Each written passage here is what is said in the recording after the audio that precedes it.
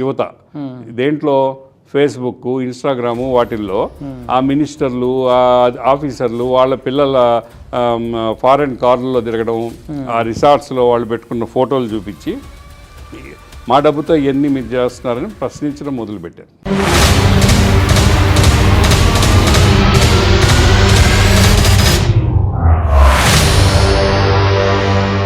BJP party reaction ఇవి చూస్తే వాళ్ళు ఈ అకౌంట్స్ మూయించేయటం ఈ ప్రక్రియ ఏదైతే మొదలైందో దాని బదులు సిజిఐతో ఒక క్షమాపణ చెప్పించేస్తే అయిపోయింది కదా. అది మోడీ భయం. నేను అన్నాను కదా మోడీ భయం అని.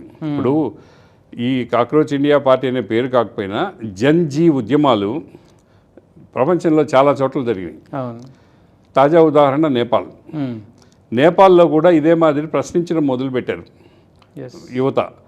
దేంట్లో ఫేస్బుక్, ఇన్స్టాగ్రాము వాటిల్లో ఆ మినిస్టర్లు, ఆ ఆఫీసర్లు వాళ్ళ పిల్లల ఫారెన్ కార్లలో తిరగడం, ఆ రిసార్ట్స్లో వాళ్ళు పెట్టుకున్న ఫోటోలు చూపించి మా డబ్బుతో ఎన్ని మీరు చేస్తున్నారని ప్రశ్నించడం మొదలుపెట్టారు. దానివల్ల నష్టమేం లేదు. టు ఎక్స్ప్రెస్ ద డిసెంట్ వాళ్ళు సోషల్ మీడియాని వాడుతున్నారు. నేపాల్ గవర్నమెంట్ ఏం చేసింది? వాటన్నిటిని బ్యాన్ చేసింది. వాటన్నిటిని బ్యాన్ చేస్తే బయట దేశాల నుంచి వాటిని మళ్ళీ ఆన్ చేశారు. దాంతో నేపాల్ గవర్నమెంట్ ఇంటర్నెట్ని బ్యాన్ చేసింది. ఎప్పుడైతే ఇంటర్నెట్ని బ్యాన్ చేసిందో దేశంలో విప్లవం వచ్చింది. ఈరోజు యువత ఫోన్ లేకపోతే బతకలేదు. వాడికి పిచ్చి పెట్టిపోద్ది, సైకోగా మారిపోతాడు. నిజంగానే సైకోగా మారిపోతాడు. వాడు ఏం చేశాడు? ఇళ్ళు వదిలి రోడ్లోకి వచ్చాడు. రోడ్లోకి వస్తే ఏ రాజకీయ నాయకుడు కనపడితే ఆ రాజకీయ నాయకుడిని తరుముకున్నాడు. నేపాల్ గవర్నమెంట్లో క్యాబినెట్ మినిస్టర్స్ని వీధుల్లో కొట్టారు. గవర్నమెంట్ పతనం అయిపోయింది. రాజకీయ వ్యవస్థ మొత్తం మారిపోయింది. యంగ్ పీపుల్ వచ్చారు. బంగ్లాదేశ్ అదే జరిగింది, బంగ్లాదేశ్ అదే, శ్రీలంక అదే, అరబ్ అప్రైజింగ్ కూడా టునీషియాలో స్టార్ట్ అయింది.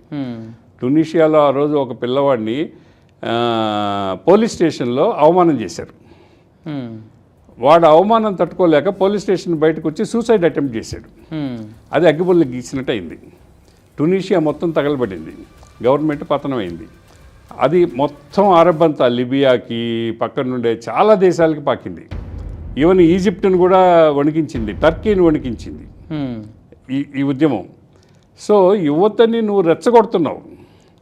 వాళ్ళని రెచ్చగొట్టడం అనేది ఎప్పుడు రెచ్చగొడుతున్నావు?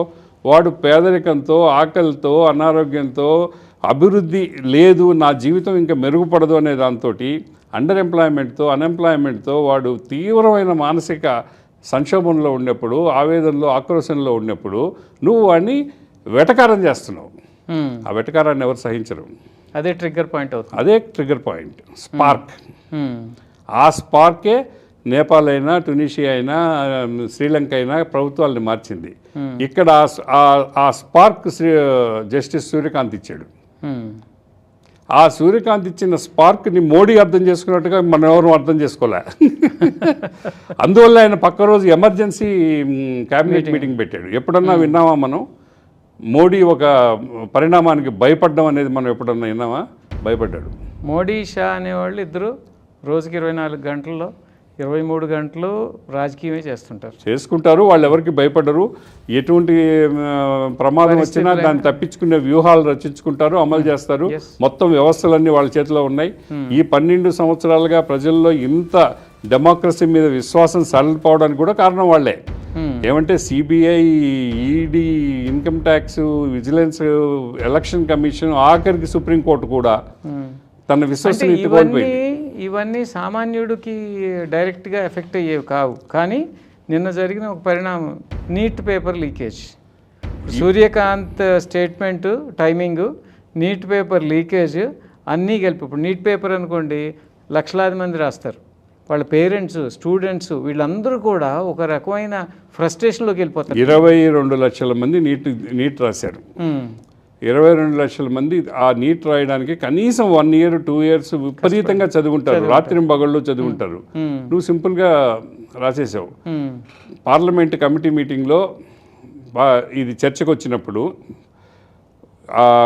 ఆ నీట్ కండక్ట్ చేసే ఎగ్జామిన్ కండక్ట్ చేసే అధికారి అదేం లీక్ కాదు, ఏదో 4 క్వశ్చన్లు బయటకు వచ్చినాయి అని తేలిగ్గా మాట్లాడాడు. మీరు బాధ్యత తీసుకోకూడదా అని అడిగారు పార్లమెంట్ మెంబర్లు. ఆడే ఉంది బాధ్యత తీసుకోవడానికి. 4 క్వశ్చన్స్ ఉంది. ఏమంటే గత 12 ఏళ్లలో 89 ప్రశ్నాపత్రాలు లీక్ అయినాయి. అది రైల్వే రిక్రూట్మెంట్ అయినా, జేఈ అయినా, ప్రభుత్వ ఉద్యోగాలకి, ప్రభుత్వ విద్యా అవకాశాలకి పిల్లలు పరీక్షలు రాసి రెడీ అయ్యి శిక్షణ తీసుకొని వాళ్ళు అమితమైన ఆర్థిక భారాన్ని మోసి వాళ్ళు తయారు చేసుకున్న వాళ్ళు రెడీ అయ్యి రాసిన పరీక్షలు 89 పరీక్షల్లో లీక్ అయినాయి. ఈ ఎక్కువగా రాసేవాళ్ళు మధ్య తరగతి, కింద తరగతి వాళ్ళు. అంతే కదా. ఒక్కదాని మీద కూడా చర్చ లేదు, ఒక్కదాని మీద కూడా చర్య లేదు. సో ఇది ఒక అగ్నిపర్వతం, ఇది కడుపులో రగులుతూ ఉంది. ఈ 2 కలిపి ఒకేసారి ట్రిగ్గర్ అయినాయి. అది ట్రిగ్గర్ అయింది. ఆ ఆవేశం, ఆక్రోశం అనేది ఒకసారి బయటకు వచ్చినాయి. కుక్కర్లో నుంచి ఆవిరి బయటకు వచ్చినట్టుగా బయటకు వచ్చింది. ఒక సెటైరికల్ మూమెంట్, ఒక మేమ్ బేస్డ్, ఇది ఎంతవరకు నిలబడుతుందంటారు ఇండియాలో? ఇది సెటైరికల్గా వాళ్ళు స్టార్ట్ చేసింది అయితే వాస్తవమే. కానీ ఇక్కడ సమస్య ఏంటంటే దాన్ని సెటైరికల్గా ప్రభుత్వం తీసుకోలేదు. దాన్ని ప్రభుత్వం కూడా సెటైరికల్గా తీసుకొని దానికి సరైన సమాధానం ఇచ్చి, ఇదిగో మేము మీ ప్రాబ్లమ్స్ ఇది మేము అడ్రస్ చేస్తున్నాం, ఇదిగో ఈ పరీక్షకి లీక్ అయిన వీడు విద్యామంత్రి ఉన్నాడు, వీడిని నేను ఇమీడియట్గా క్యాబినెట్లోంచి తీసేస్తున్నాను, అసలు బాధ్యుడు ఈ పరీక్షలు నిర్వహించినవాడు ఎవడు ఉన్నాడో వాడిని తీసి జైల్లో పెడుతున్నాను అన్నట్టుగా నువ్వు కానీ 4-5 చర్యలు కానీ తీసుకొని కానీ ఉంటే ఇంత దూరం రాదు. వచ్చిన రోజు నుంచి దీన్ని అణిచేయాలని చూస్తున్నాడు. అంటే answerability to the system or to the society లేదు.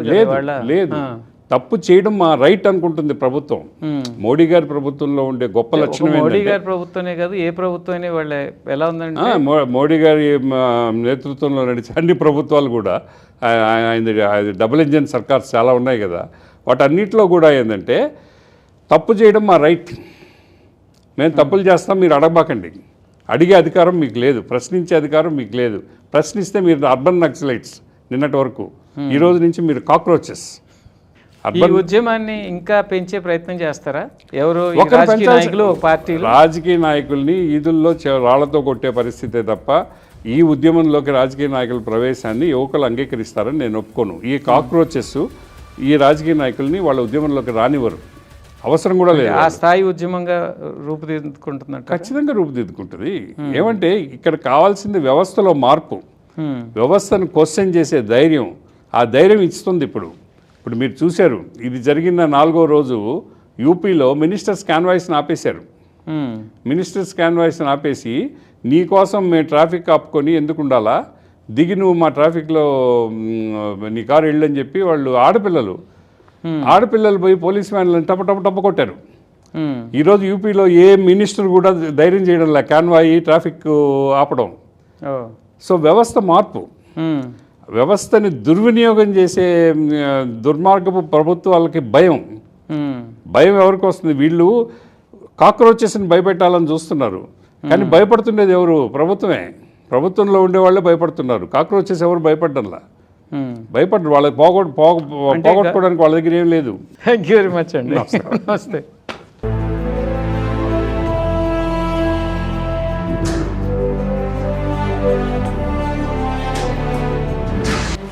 వాస్తవ వేదిక పూర్తి ఎపిసోడ్ ప్రతి గురువారం మీ తెలుగు వన్ న్యూస్లో.